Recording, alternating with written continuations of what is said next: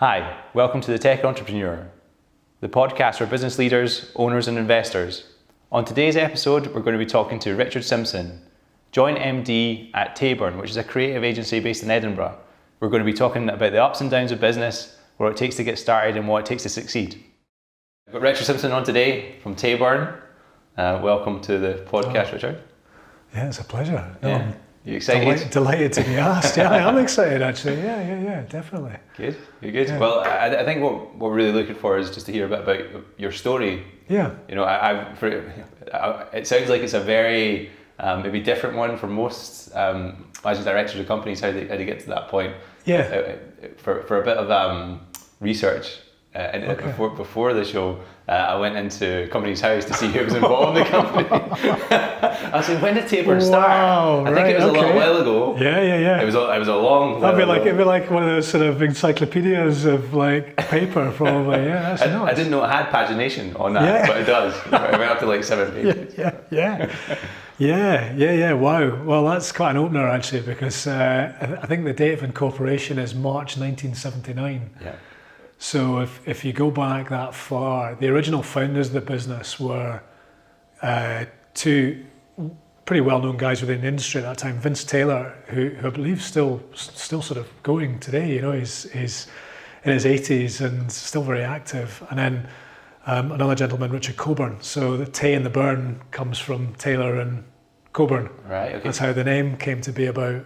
So actually, I met Vince a few years ago for lunch just to sort of find out about it, and they created it. Their first client was the organisation that is today now known as Scottish Enterprise, and the marketing director of that organisation at the time had some money to spend, and it was one of these use it or lose it budget scenarios. So he gave the sort of the money to Vince to say, right, we need to do some activity, and that's kind of how sort of Tayborne was sort of born, basically. Wow.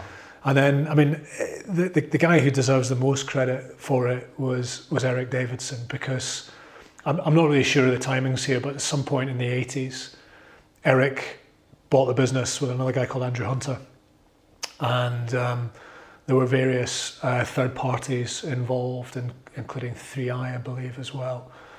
I think, one of the things that I'm eternally grateful for Eric is his foresight in creating a succession. Because it's weird, because this series that you do is sort of, it's entrepreneurship, and it's weird, I don't really see myself as an entrepreneur in the way that, you guys... It's just kind of snuck up on you, do you think? Well, I think you are. I mean, you kind of have to be what you're doing. Yeah, I mean, it's funny, but for you and Phil, you went, right, we're going to start a business together. For Malk and I, it was different. We were employees in the business, and, we love the business and have loved our roles, and, have loved having the opportunity to buy into the business. But it's really through a sort of a collection of circumstances that we came to be the joint MDs and co-owners. Yeah, I was really interested to talk to you about that. Because I understand it. Did you start with Tayborne as BDM or something? That's right, yeah. So it was a business development role, so that was probably about 2008 or something like that. I think 2008, 2009. And Malk had been in the business a bit before then as well. So he was the creative director, I was the sort of sales director. And probably around about, I sort of lose track of time, but around about sort of 2012, I got an opportunity to buy into the business. Malk had already been involved in a management buyout not long before I joined with some other guys, right? Okay. Which was part of the succession I'd been talking about with Eric. Right. So Eric had created the conditions for the guys, the senior team at that point, to buy out the business and take it on. Okay, so it was like a long-term plan that the person at the top there would have had an exit, but it wasn't to just sell it to someone else, it was for the senior people in the business to take it over in time. Exactly, and that's what I was saying earlier as well. I mean, Mark and I'll be eternally grateful to Eric for that opportunity, because he had the foresight to create the conditions for that. It didn't quite work out in the way that perhaps he intended, insofar as there were 3 other guys who all left the business for varying reasons. One retired, another changed direction, and another guy left as well, which left Malk and I with the keys around about sort of 2015. So that Was there a point you just looked at each other and went, "Oh, this is all us now"? Yeah, there was. Yeah, there was. It was quite a hairy point as well because we'd decided. I mean, if you sort of look at the way that I guess the marcoms industry's been over the last 10 years at least, you've had this sort of rapid rate of pace and change fueled by digital technology, sort of media fragmentation. And I think when we got the business, we were sort of looking at the rapid growth of, digital agencies, whatever they happen to be, but, certainly search and design and build. And I guess what's now today performance marketing, and then, embryonic days of social media. And, at that point we were designing, corporate identity and doing corporate communications and consumer brand packaging. And we did some websites, but it was very much an afterthought. It was like a bolt-on. And I think we, in hindsight, possibly had a little bit of unjustified insecurity about the relevance or perceived relevance, which is interesting given where we've got to today. Yeah. But it sort of felt that we needed to put in place some changes, and there were certain things like the sort of, as far as corporate reporting was concerned, that market was declining massively. You had clients buying print, you had obviously clients creating digital versions of their annual reports, which were effectively live websites, and so it was all moving in that direction. So that income stream was declining, and actually it wasn't where we necessarily wanted to be from a creative standpoint as well. So we brought a chairman on board actually not long after Malc and I got the keys. I think he's a fantastic guy, a guy called Mike Reed. He'd been involved with Sapient Nitro. He was their UK and European MD, and so he'd been through their rapid growth through the sort of 2000s, early 2010 and so forth. And he was saying, he talked to us about deal flow, and he goes, look at where the money is, and it's typically the advantage that we thought we had at the time was a knowledge of brand, and then developing an understanding around technology and bringing those two together, which effectively made us a design and build company, a design and build agency. Wow. And so it sounds like not the smoothest takeover in the world. When that happens, and you're not just having to step up and start running the company with your business partner, it's okay, we need to pivot, the whole market's changing. Totally. Things that were working 2-3 years ago are just not going to work now. Totally. So it was a perfect storm. We were buying out directors and external shareholders, so our cash reserves, which had been massive, were coming down. We had pivoted, as you say, so our clients' income was fluctuating as we won new business in the new direction we were headed in, but then had to relinquish business that wasn't part of our future.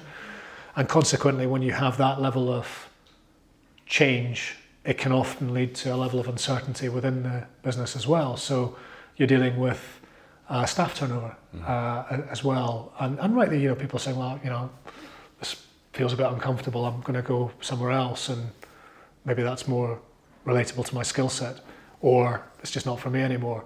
But then, bringing in people that are part of the future, gave us the opportunity to bring people in that were part of the future that we were headed in. So yeah, it was it was quite a roller coaster. I didn't choose this colour of hair. This is the thing. I think this is all from that point. It brings it on very quickly, right? Yeah, it does. Yeah. And I think that pivoting, it doesn't really stop. Like I'm always thinking about this. We'll get to this point where your revenue's good, team's happy, we're building creative things, we're building really, for me, it's cool technology that I like to use and I can see being used in the real world. And then something comes out that blindsides you. On a Tuesday afternoon at 2:00 that you never think would come. Where's this come from? And I think that's it. It's that rate and pace of change is huge, and it's kind of getting faster.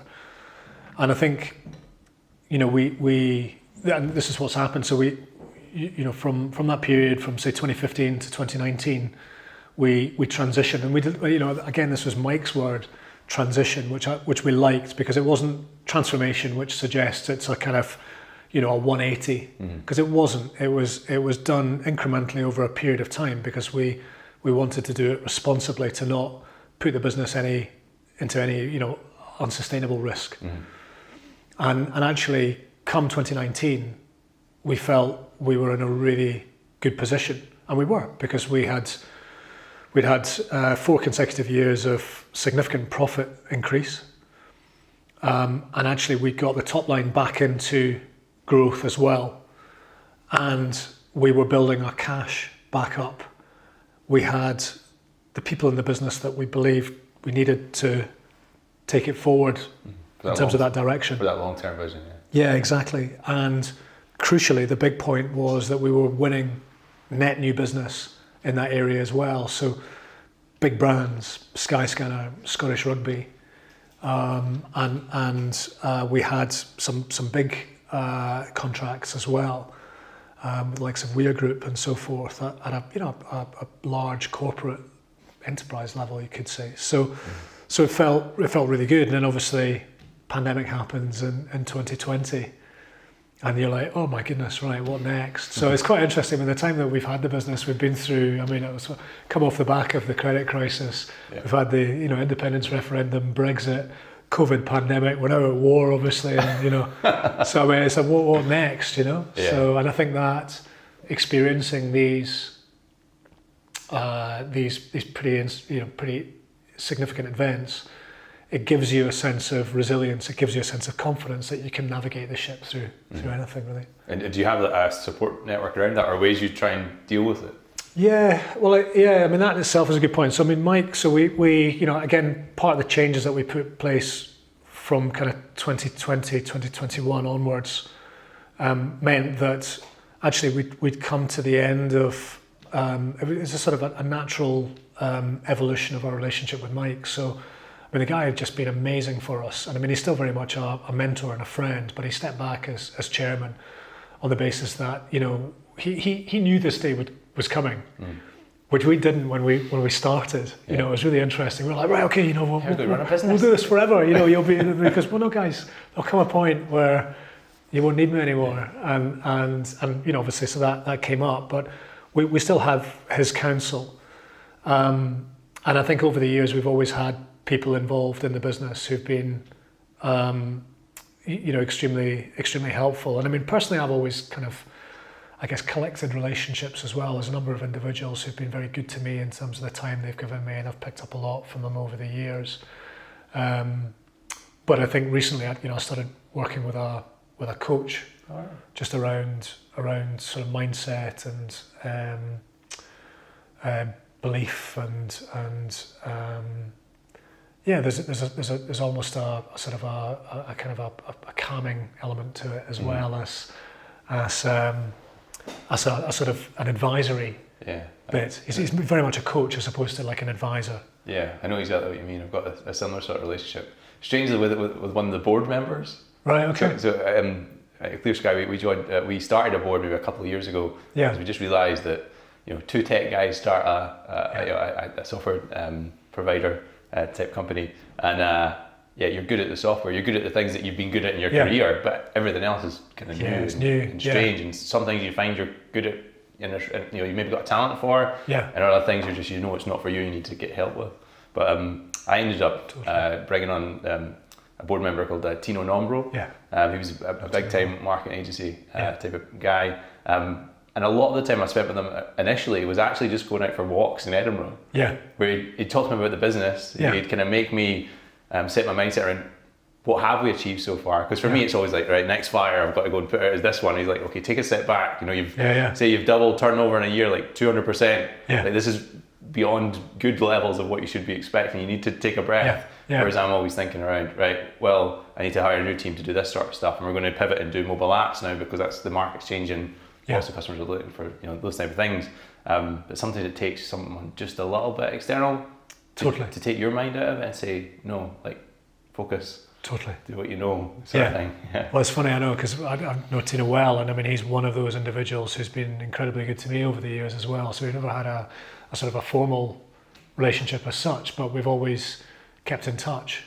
And he's always been very generous with his time, and it's exactly that thing. He's great. The thing I love about what he talks about is that energy source, and making sure that you do things that give you energy, because if you're not showing up with that energy, then it shows, and frankly, the business suffers for it, which I think is a brilliant point. And very often, I think when you're in the position that we are, we don't necessarily give ourselves that permission to maybe play 9 holes of golf, or go in the paddleboard, go for a run, I don't know, take the dog for a walk, just take that little bit of extra time that you need just to clear the head and to reset.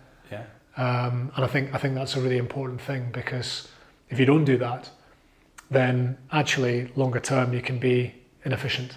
Because the stress or whatever it can be can build up. Yeah, you're absolutely right. It's that energy you bring when you're on your game. Totally. The team kind of play off. And if you don't have it, they can sense it.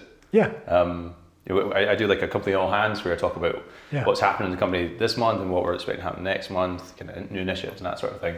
And the team can tell if I'm having a bad week or the company's having a bad time, they can see it like coming out of me. Not only do I get more grey, I get more lines. I get more, whereas if something good is happening, then I'm really upbeat. But Tino actually gave me the exact same advice, because I was saying to him, look, I don't have time to take time out to go and just do something that you'll go to the driving range or go long walks. I've got to run the company, and outside the company I've got to look after my family. He's like, Darren, if you don't find time for this, neither's going to work very well. So you have to. So totally.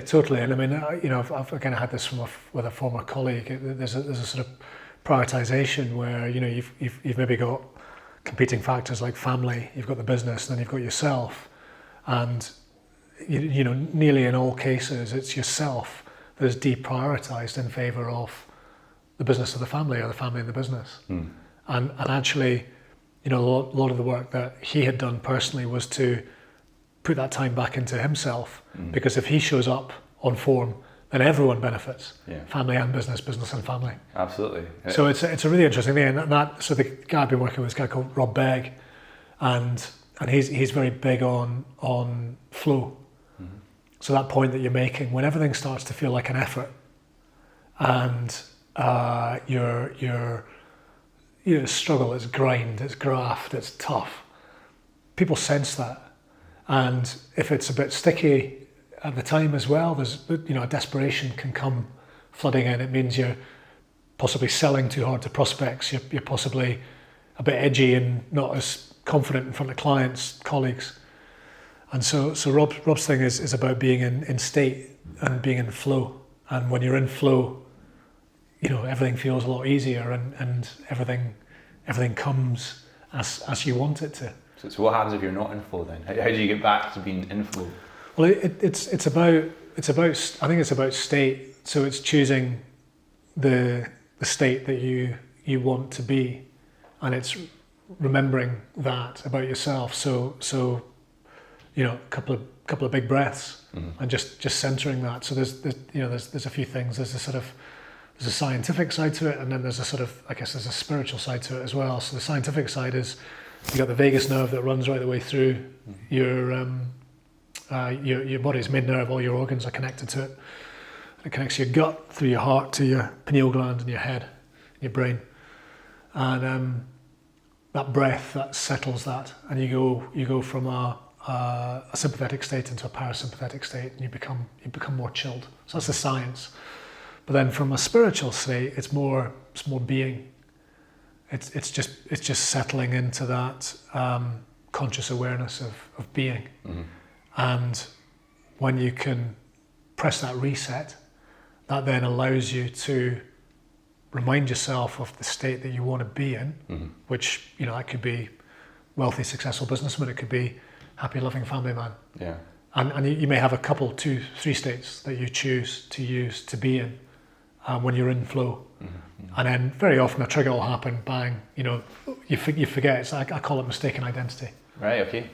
And you forget those truths.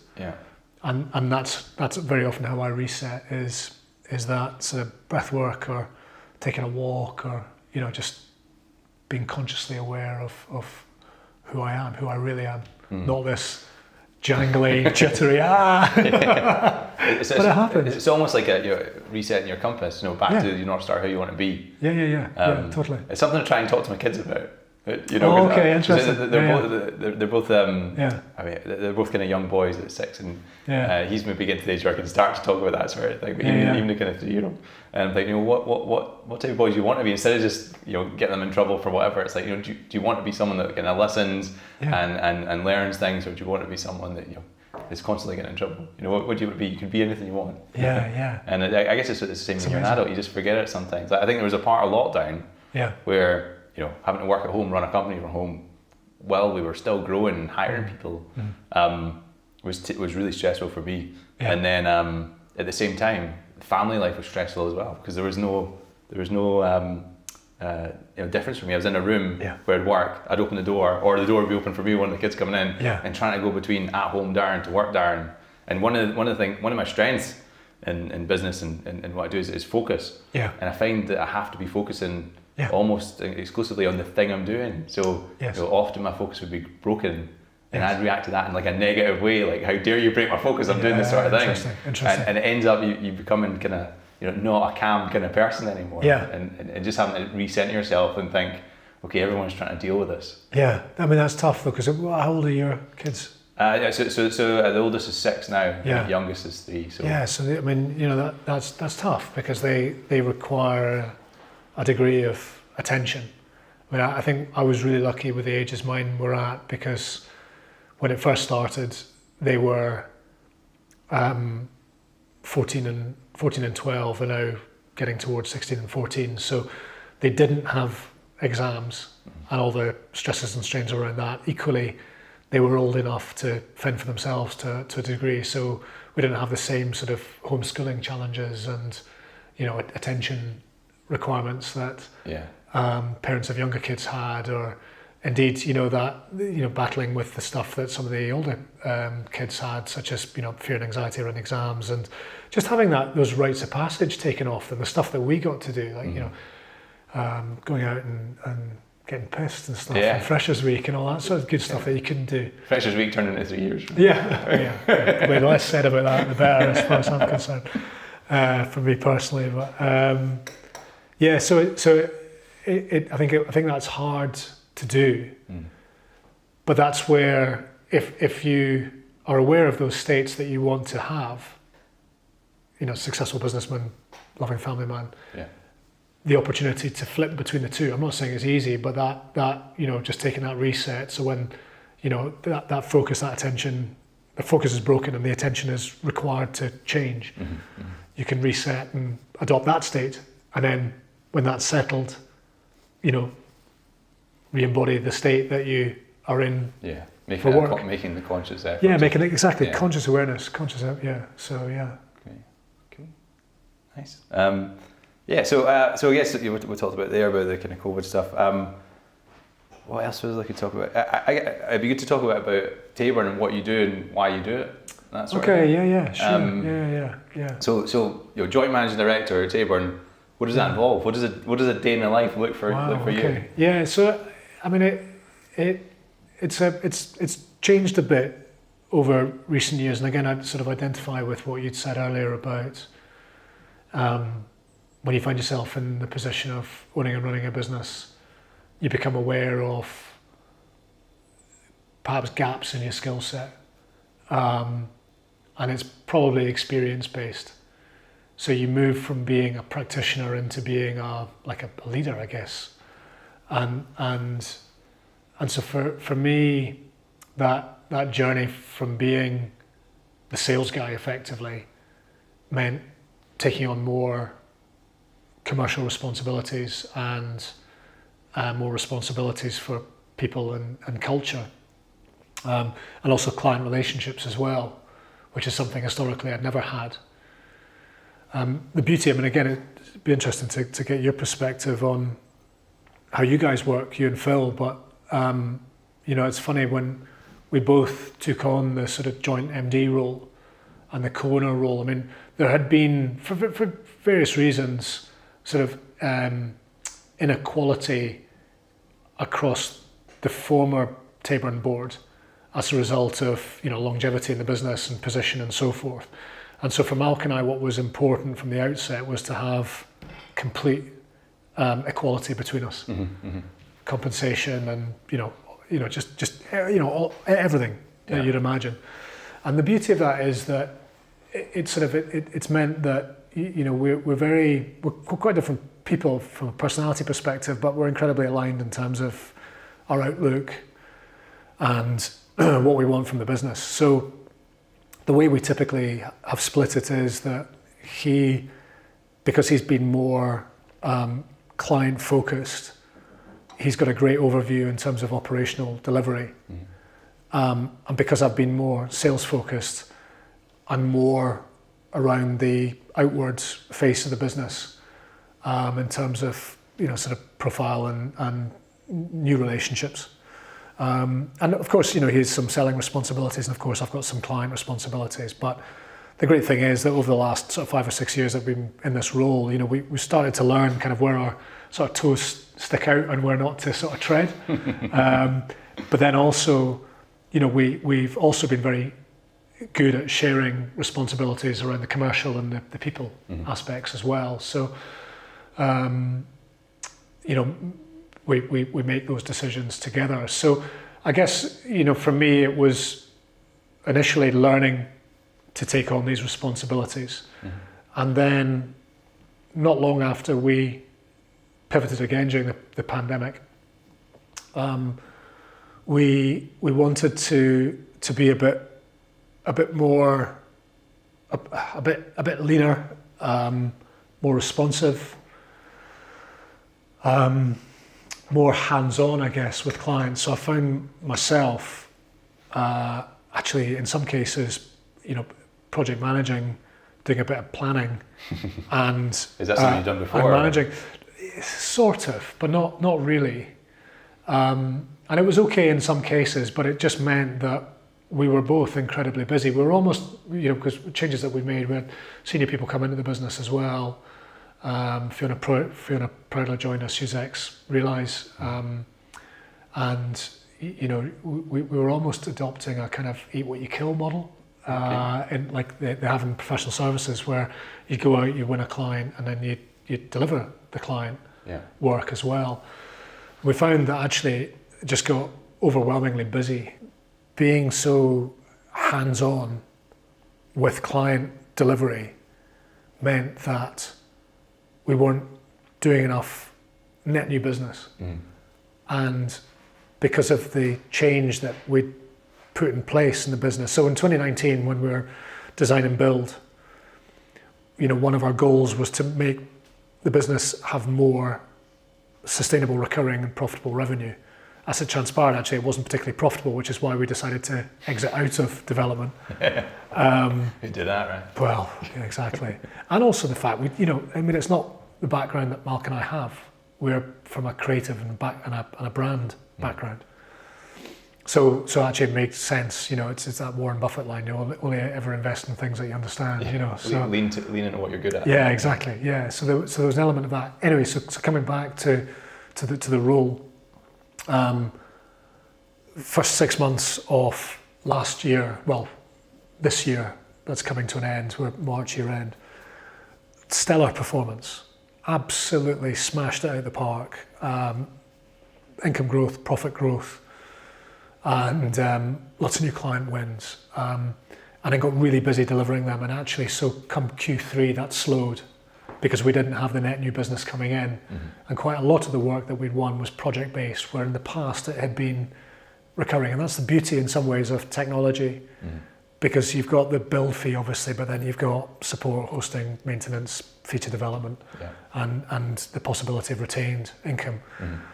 So where we are now, yes, we do some rebrands and we do some campaigns. So the opportunity for us is to have the campaign side of things more recurring, have more retained income that way, or indeed consultancy as well.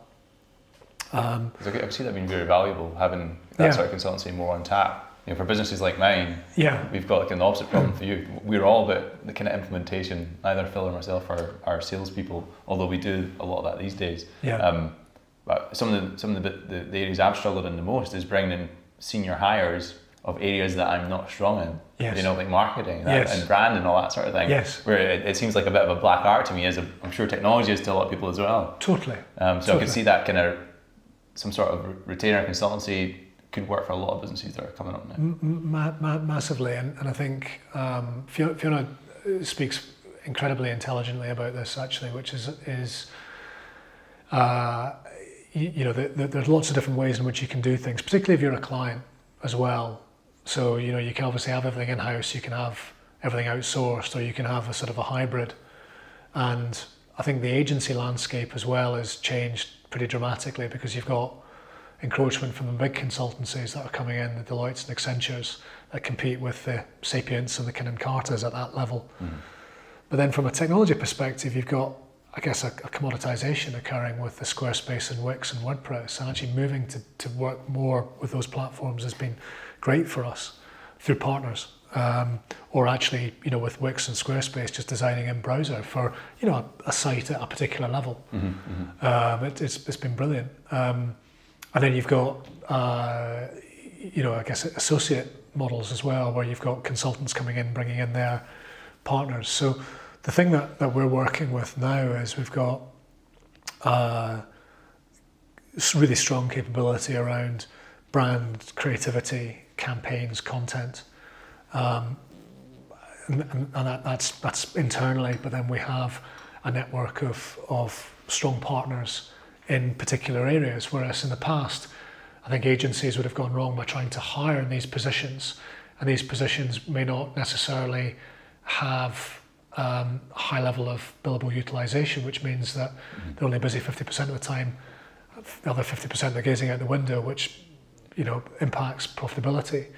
So actually having that leaner team massively increases the profitability. It means that we're focused on a really valuable area, which is insight-led, strategic insight-led creativity, which means that we can work very well with other people in other areas, whether it's UX or technology or PR or performance marketing or whatever. It makes so much sense, right? I think that's something I've found is being a supplier in business and also being like a customer of other suppliers, that a lot of the time I just need a bit of someone. I don't need a whole SEO person. I need a bit of an SEO person, and maybe a bit of someone to tell what the SEO person want to do. Definitely. So I'd be like, make the SEO better. Just whatever that means to you. If you can do that, that'd be great. And then with Clear Sky, we find exactly the same thing. We'll go in where people maybe hire 2 developers internally in their own companies and expect them to create a commercial level platform from scratch. And that just doesn't happen. You need designers, you need testers, you need architects. Totally. And that's where we come in with our team, so our clients get a bit of everyone they need to deliver that commercial level platform. Brilliant model. But I imagine it's exactly the same in what you do. Yeah, it's similar. I mean, we're perhaps not quite as embedded in this. Well, it depends. I mean, on the consultancy side of things, and individuals can be more embedded within the client, but from a creative standpoint, it tends to be more of that conventional relationship.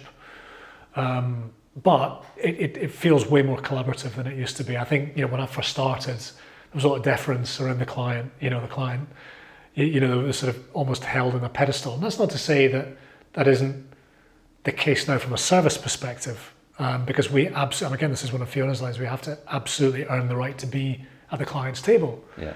And we have to go that extra mile, and we have to prove that we're good enough to be there, because there's so much competition, as discussed. But it needs to be, and it sounds a bit cliche, but it needs to be way more of a partnership and collaborative, because we're there together, working together to solve problems. Actually, our best relationships are those situations where we genuinely feel, again, cliched line, but an extension of the client's team. Yeah, that's so important. Correct. Totally. Correct. And even the way you plan out your team structure. Yes. For us, that took a couple of years to get to, because Phil and I would be going out winning work, bring it into the teams, overseeing implementation, then go back with the work to the client. And it becomes very kind of transactional, like, okay, that's just the way it happens. But then in my head, we were like, okay, we need more operational staff. So we brought in people like project managers and that sort of thing. It turns out project managers, at least in my experience, aren't good at kind of client relationship side of things. It's like a different skill set. For me, a project manager is all about organization, team delivering on time, at quality. But a question came up maybe about a year ago when I was on a call. Something had gone wrong. I was on a call with the senior people that were involved, and I said, whose responsibility is it of how the client feels? And everyone just looked around, Wow. I think we're a service-based company. Yeah. It's everyone's responsibility, right? Absolutely. Yeah. So yeah. it took us a while to realise, but now moving on, we've restructured where we've got a really kind of senior head of client services now. Yes. And Phil and I do sales. Previously, we brought in people to do sales, but it turns out we do sales as well as Phil and I for Clear Sky, because it kind of flows through our blood and our passion really comes out. Definitely. But that's made such a difference. Yes. Like onboarding new clients now with a proper kind of client services team in place and structures, we're getting our best feedback we've ever had in the whole of Clear Sky. That's amazing. But it took us a long time to work out that was a missing key. Although Tino told me early on that was a missing key. And I was like, yeah, Tino, this is not a marketing agency. Well, it's funny, isn't it? I know sometimes you've got to, I mean, there's all these sort of lines that you hear in business, particularly when you start out, and it's only when you experience the hardship of the challenge that you fully understand the true meaning of where that expression came to be. Yeah. And customer is king. Sort of cash is king. All these things. And it's only when you start to see, cash flow challenges or customer challenges that you're like, right, okay, I now get why people say that all the time. Such a cliche, yeah. Yeah, but it is. I mean, they're so cliched, but they're just so true. But I think that's a really interesting observation. I mean,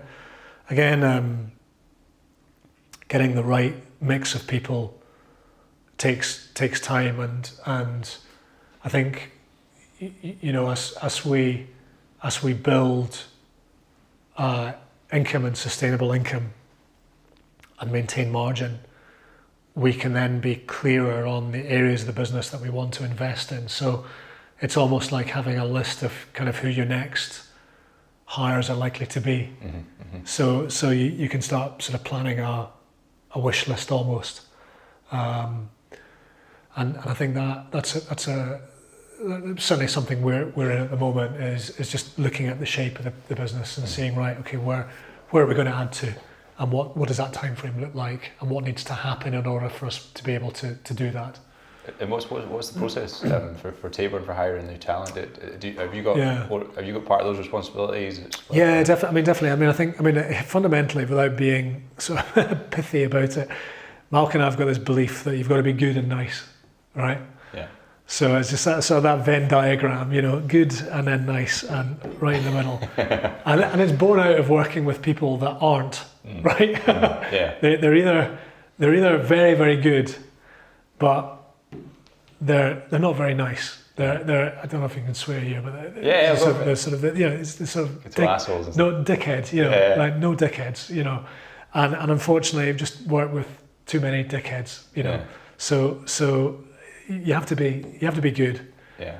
But you have to be nice, and then consequently the flip side of that is true, that you can be the loveliest person in the world, but if you're not very good, ultimately it's just going to be very difficult. Yeah, underperforming, right? Yeah. It's hard for everyone. Absolutely. So and don't get me wrong, I mean, I've sort of worked with some dickheads. Generally speaking, I've worked with lovely people. I'm sure. No, I mean, I genuinely have. Lovely people and really enjoyed it.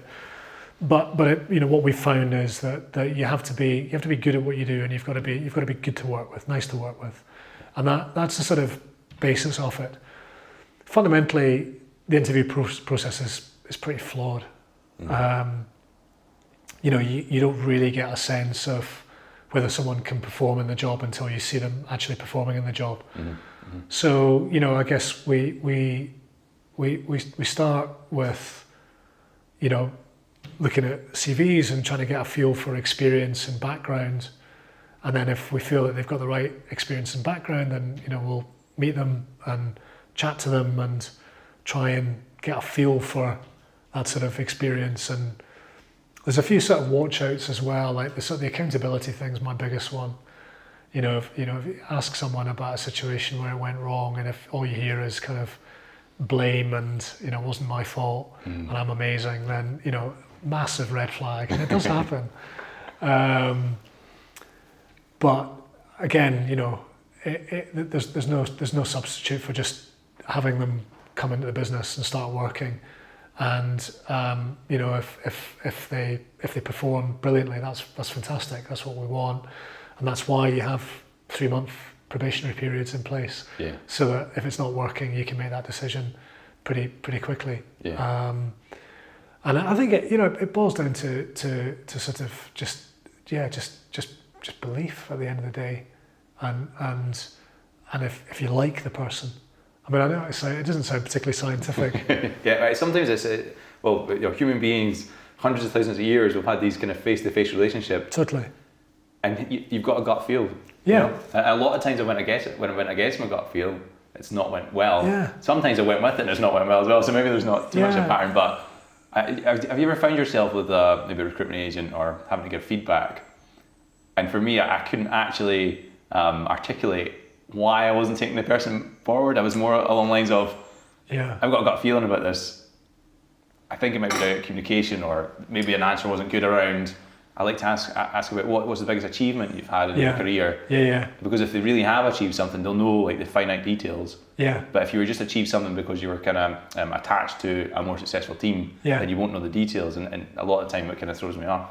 That type of question. But. Yeah, I mean, I think all feedback is generally what we've tried to be as objective as possible.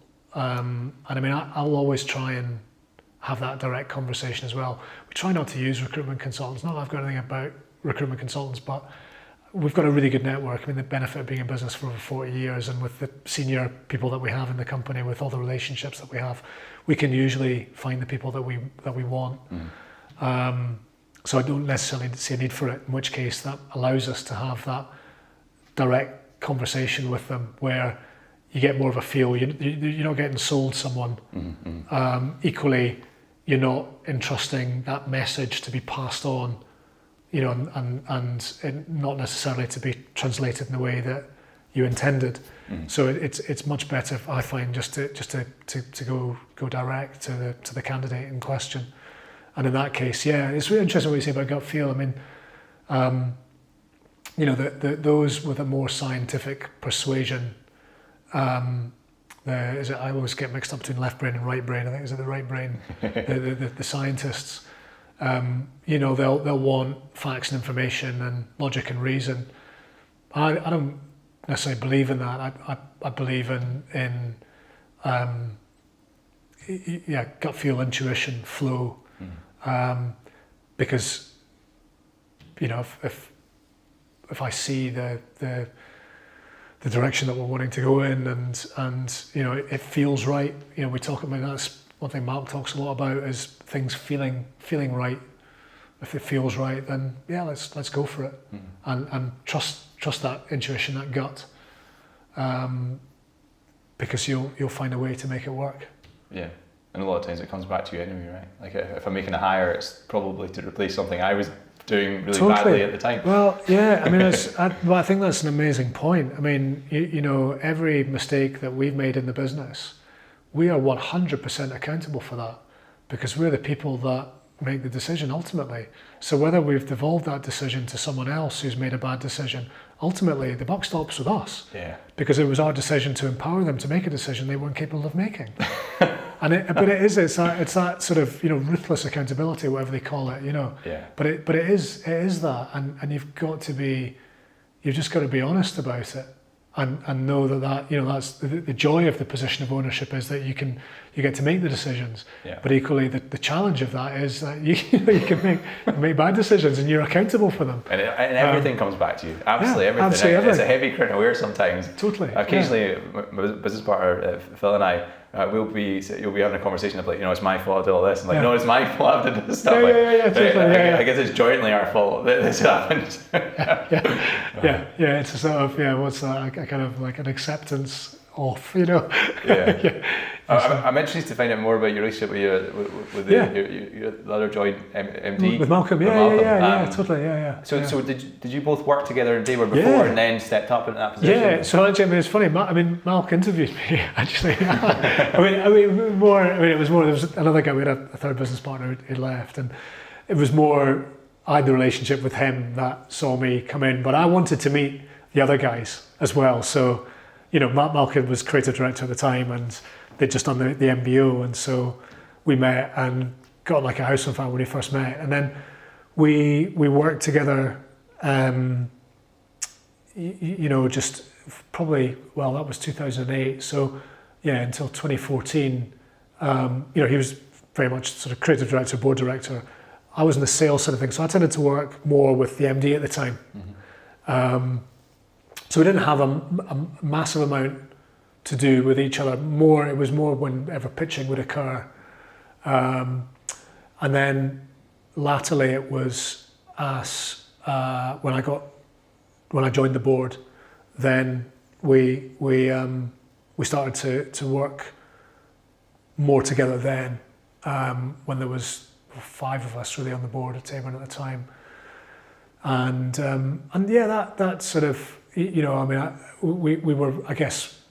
were both very focused on our particular areas. For him, it was about creativity, creative reputation, creative team.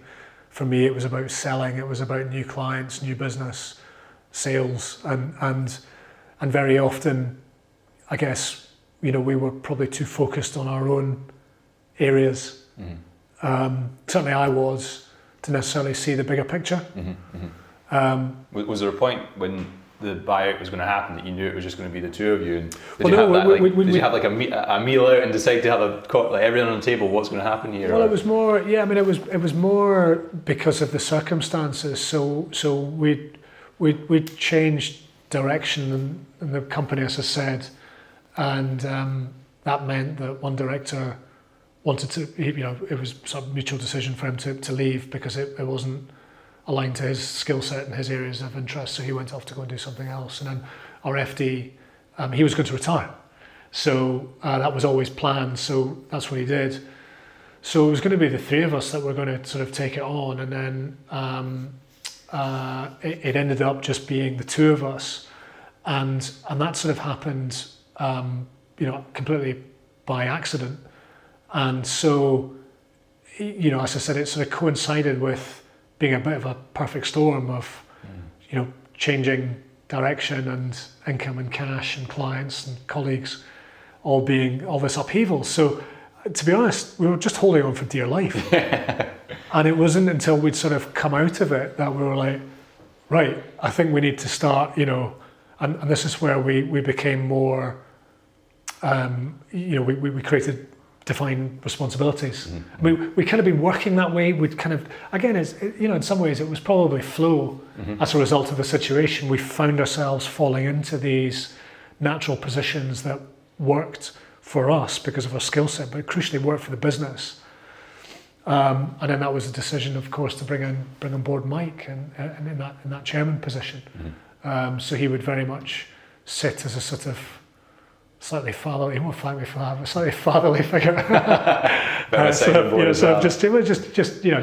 the voice of experience. Yeah. As we were sort of still getting to grips with the new role, and so I can imagine that. We want to pivot the business. We want to lose things that aren't working and take on new things that we think might work. And But I'll tell you one thing. Adversity and challenge breeds a closeness. Yeah, a bond, right? And that's the thing, and that will never change. So I mean, we're unbelievably close as a result of those experiences, and so we may have sort of slightly different personalities and approaches, but that bond of having weathered that storm and put the company into a position of strength, has unified us. Yeah. And we'll always have that, and it's a really cool thing, actually. Yeah, I totally understand what you're saying. So I've got a very similar story. Right. Okay. So my business partner Phil Telfer, he hired me into Spark. Is that right? I didn't know that. Right. Okay. So Phil was starting a satellite office for Spark Energy at the time because they couldn't really hire in the borders. They'd ran out of like a pool that they could hire from. So Phil took upon himself to start an Edinburgh satellite development office, and I was like his 3rd hire into the office. Wow. Back in kind of 2011, 2012, something like that. Yeah, okay. So he brought me in, and then we worked together there. We built some really, really good tech. Things that were really difficult, like a bit like you say, in stressful situation that you form bonds. Like we were building an energy billing and metering system. Wow. Which is very difficult to do. Not many people have done it, and we did it with a small team, like 5 people. Sounds mind-bogglingly complicated. Well, the thing about energy doesn't have a fixed cost. Like that costs maybe £5. But your energy depends on what tariff you're on, what time of day you used it, how much you used. This is before smart meter, so you didn't really know how much you used. It was all estimated. Anyway, Wow. super complex stuff we're working on, yeah. but really, we delivered it in a couple of years, but that formed a bond between Phil and I. Yeah. And then we delivered other things like digital transformation. We built mobile apps for that company, and we ended up with a team in Edinburgh, about 30 people. Oh, wow. But we were only solving problems for Spark at the time. Yes. But we were like, look, the thing we really love is solving business problems. Yeah. We could just do this, right? I remember walking around Prince Street Gardens with Phil, because I was either going to leave or we're going to do this. Yeah. And I think we're both thinking the same thing. And I'm like, look, we can do this. We're good at it. We know we're good at it. We've got good connections. The business stuff will work out. Yeah. And then it all kicked up from there. Yeah. That bond is it's only gotten stronger over time, and that trust, like we do the 50-50 thing, like it's 50-50 absolutely everything, even like smaller things, just automatically 50-50. Totally. And just it's bred so much trust and support, like, because when you're having a bad day, you need someone like a peer, and sometimes for us there's only like one peer in the business really that can say, it's all right, I've got you, this is fine, I can help you with this. And that was Clear Sky wouldn't be anywhere near where it is now without. It's interesting. I was going to ask you, because I've seen various. It's probably more kind of creative agency side of things, but I've seen there's a couple of guys, Blair Enns and David Baker, who do a podcast called Two Bobs, and they do quite a lot of that sort of agency principal ownership dynamic. And I can't remember what the exact stats are, but you've got this, sort of grass is always greener scenario where, principals on their own, the sole, the sort of sole shareholder in an agency, wishes they had a business partner. Yeah. And then the inverse is true, that the joint owned agency with the two principals wish that they didn't have a business partner. So I'm slightly butchering this a little bit, but that definitely isn't the case, because I could not imagine. I don't think I'd still be here if I'd been doing that with Tayborne on my own. Yeah. No way. Absolutely. The amount of crazy decisions I would have actually made instead of just like spoken and loud. And it was great just to know that you've got your mate there who's in it with you, and both rooting for each other and the business to do the right thing, Yeah. And that's back to that bond thing that comes off the back of that, I think. So it's funny. And it's great enjoying the good times with someone, but also those days where things just go upside down like really quickly in business that you don't see coming, that you've got someone there just to like, okay, let's center ourselves. Yeah. What do we know as a fact? What might the future look like, and how are we going to take it on, rather than just I couldn't even imagine doing it on your own. Well, it's made. I mean, and it's sort of made the good stuff all the more enjoyable. And I think again, this is an interesting point. Picking up slight point around what Tina was saying around energy as well. It's giving ourselves permission to celebrate those successes and mark them. So when we became debt free, 29th September 2018. Right. We went out for dinner with Mike, and that was sort of marked that occasion, because that was a significant milestone as far as Malk and I were concerned. And there've been other things, big wins, big contractual wins, and good hires, and Ricky, our creative director, joining the business. That was fantastic. So it's just making sure that you mark these occasions and sort of enjoy them. Yeah. Have shared experiences of the good times as well. Totally, totally. Yeah, it's because it's sort of, what's the point otherwise if you're just constantly on that hamster wheel? Yeah, yeah. It is a wheel. It's not a mountain. Like you don't ever get to the top, or maybe you do and then you retire. I don't know, but it doesn't feel like it a lot of times. It's a funny one. Yeah, I don't know.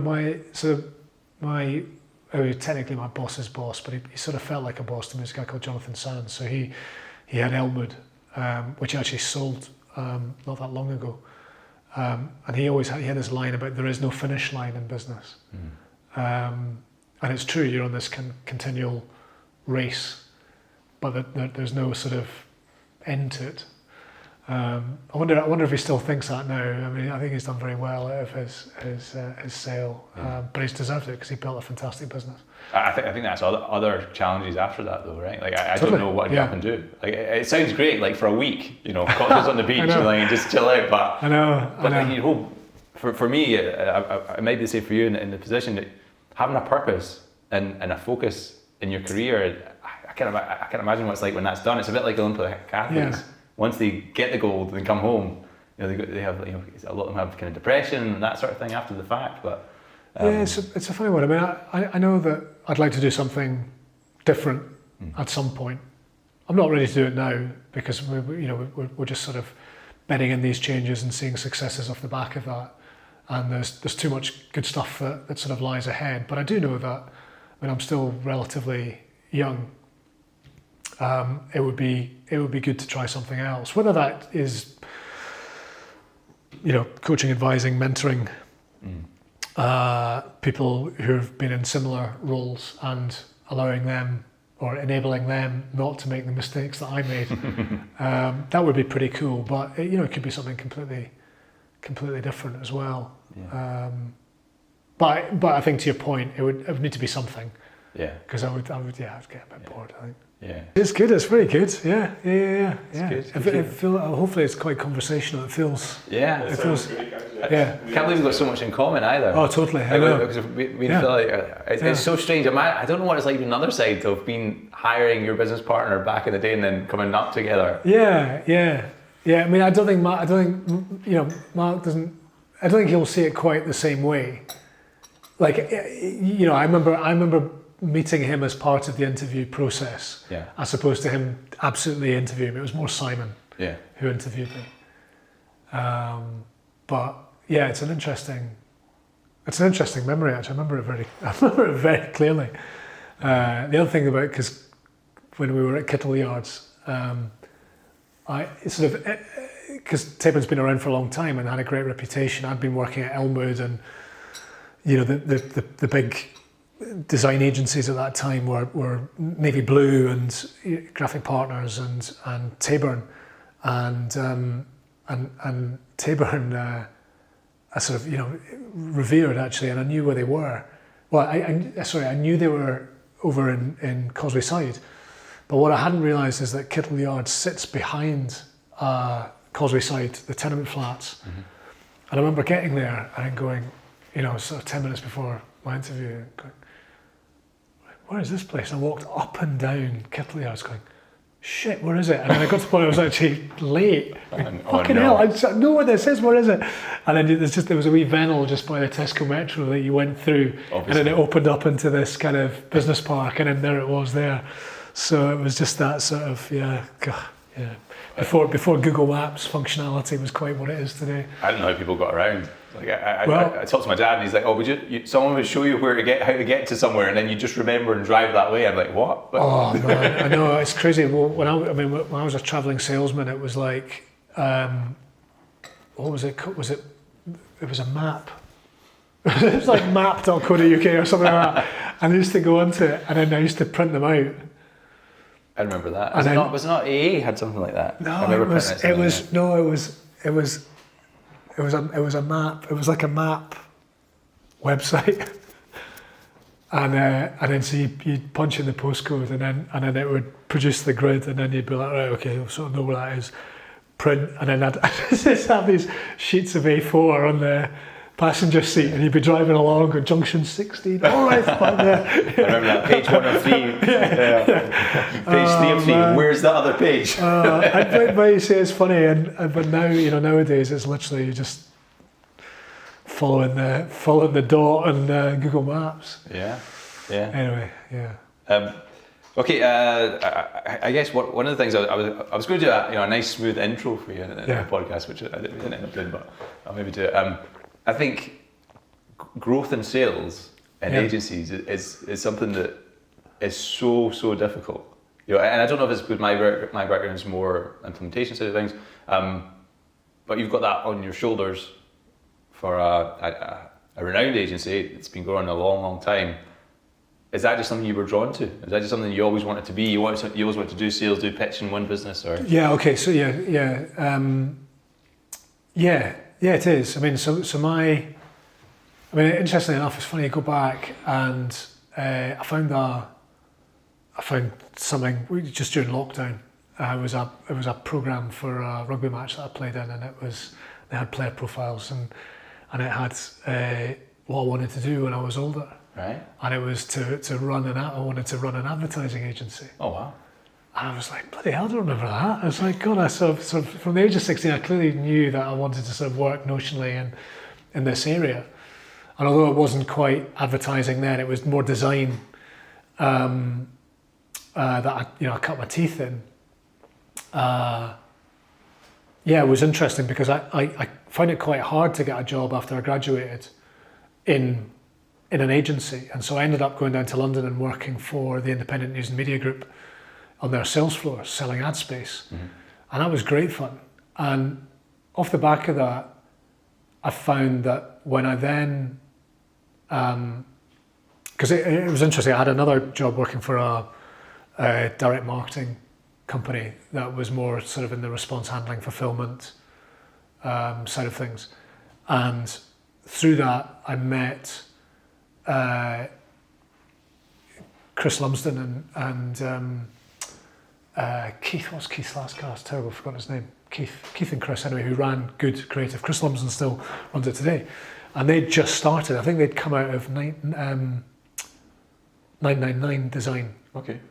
And they were showing me this beautiful work, and I was like, wow, this is really cool. So what is this? This is design, is it?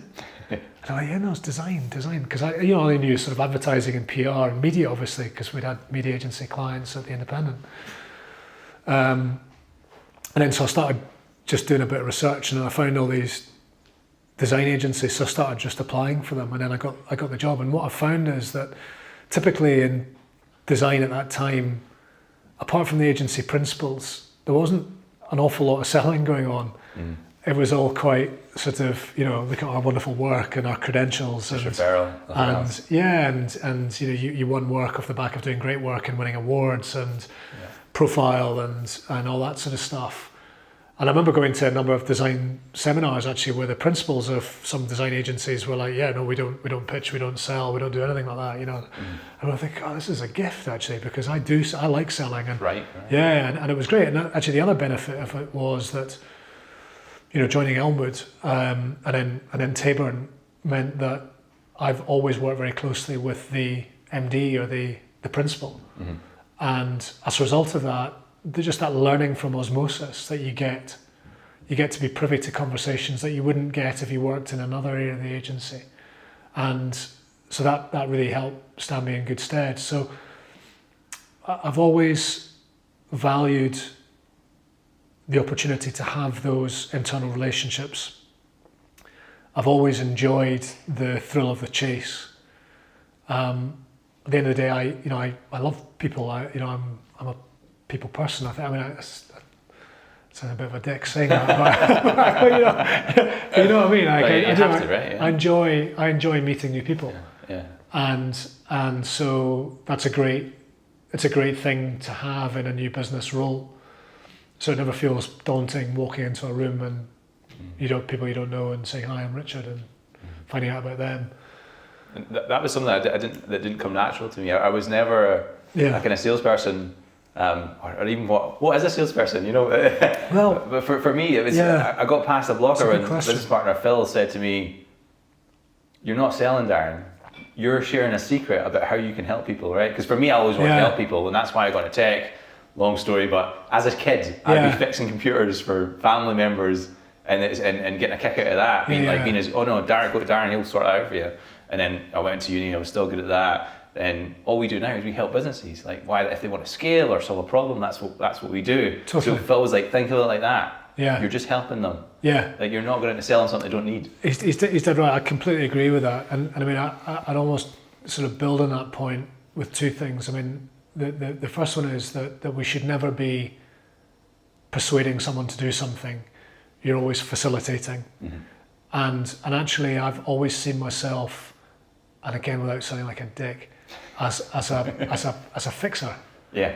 So if I can't help, not a mafia fixer. Just chuck the burner away. Yeah, you're gonna send the steel. Yeah. So like if I can't help, or if someone within Tayborne can't help, I know that through me and our network, we'll know someone who can help. Mm-hmm. And that's that sort of situation. So it sort of helps you be,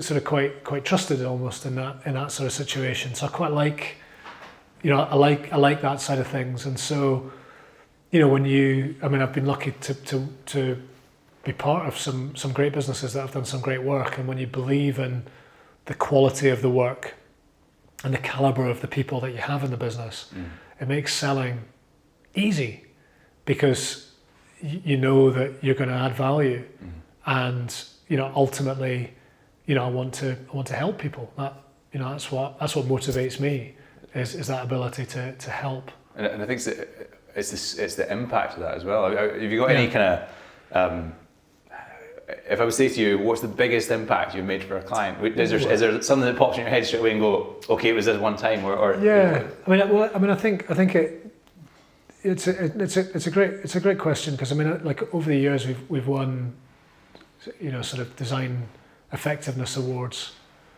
when we were more positioned as a design agency, and so we've done, we've worked with a number of brands that have affected, some quite significant results. I think, lately the stuff that we found very motivating is the impact that you can have over the longer term. So, one of our key clients and strongest client relationships is with Bojin, the guys at Bojin. And we started working with them when they'd just bought what became the Black Wolf Brewery, which they've since sold to concentrate on their gin business. And having that relationship and the evolution of that relationship over the last 7 or 8 years, I think it was traditional Scottish ales. So that the holding company was VC2 Brands, and they had traditional Scottish ales, and they had like Stivvy's vodka, and they had Bo Gin. But they weren't paying any attention to Bo Gin. And then when that craft gin explosion started to happen, Carlo, who's had a lifetime experience in the trade, he's an amazingly creative guy. He saw opportunities to introduce flavoured gin. And then again, just the work that we'd done with Andrew Graham and Carlo, the three guys that own the business, was to help them, I guess, think a bit differently about gin. So, looking at the category generically, it's all about, sort of botanicals and those sort of provenance stories. Whereas Bo Gin, which is a very, very good gin in its own right, its core Scottish expressions won a load of awards. But they experiment with flavour, and they do these wonderful flavours. Raspberry and mint, and violet was the main one actually that created the platform for success. But the great thing about them was that they trusted us with pretty significant amount of money for them as a company. And bearing in mind they're not Heineken. Our biggest client by name and fee income. But they spend serious amount of money with us, and I believe we've delivered that for them in terms of help. I mean, we can't take responsibility for their success, because there's lots of factors that have led to them getting the trade listings that they've had, and driving the sales volumes that they have in the on-trade as well. But I know that the strength of the creative work that we've done has helped them to build a brand, which has given them the platform to that success. And what's more, it's a great relationship, because we they're business owners in the way that we're business owners, and so there's an empathy, and there's a deep connection on that front. They're great guys, great fun to be around, great to work with, and they've put a lot of trust and faith in us. It's almost like when you're hiring for new members of staff, you want some a well-performing member of staff or customer, but also that trust over time. Are they good people? Do you want to work with them? Because then you'll get the best out of you and for them. Right? Absolutely, absolutely. And I mean, sort of we've had relationships in the past where there hasn't been that. It's just been a bit difficult. There's always a query around an invoice. There's late payments. There's sort of meaningless subjective feedback about the work, and you just tell that relationship isn't really going to flourish. And so you're absolutely right that lots of friction. Totally, yeah. And I mean, we're lucky. We've got some wonderful clients. JWF Process Solutions, so they're an engineering company in Glasgow, and again, we know the directors, the owners there really well. We've got a wonderful relationship with them. They've put a lot of trust and faith in us over the years. And I think, again, we've repaid that in terms of quality of their work. They punch well above their weight, given the size of the relative size in numeric terms.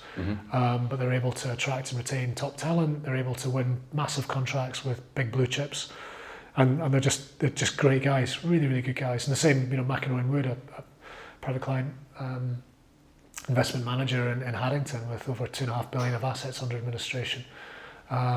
Brilliant business that has put a lot of faith in us over the years to do them. And then, by that same token, we've then got likes of Heineken and Prince's, who we've worked for forever, actually. And while the relationship is more with, Prince's terms, it's the sort of marketing director and other people within the marketing team. They've got a big marketing team. Heineken, again, it's sort of specific relationships within a much bigger organisation. But those relationships are really strong, and incredibly grateful to them for the trust and the faith that they place in us. But equally, very confident in the value that we bring to them and the longevity of the quality of the work that we deliver. I mean, our team in Glasgow that's specifically responsible for those two accounts. They're amazing. They're among the best in the country at what they do. And I think, again, it's back to that point when you have confidence in the product. Yeah. It makes it so much easier to sell it. Yeah, and it's part of the vision how much impact you make with your clients as well. A lot of people might think, okay, you make an impact that your client maybe earns more revenue or makes more profit, but if you start filtering down to, okay, well, what does that mean for them? Okay, well, they get to make new hires, bigger teams, more people getting the right sort of careers, more opportunities are opened up through the work that you can do with your client. It's not just cold hard cash relationship. It's their success helps all the people in their organisation, and it also helps all the people in your organisation as well. Right? Totally. I mean, we talk about from the kind of from the brand and creative and campaign side of the business. It's two things. It's about changing the way that people think about a brand, or it's about helping that brand to sell more products or services.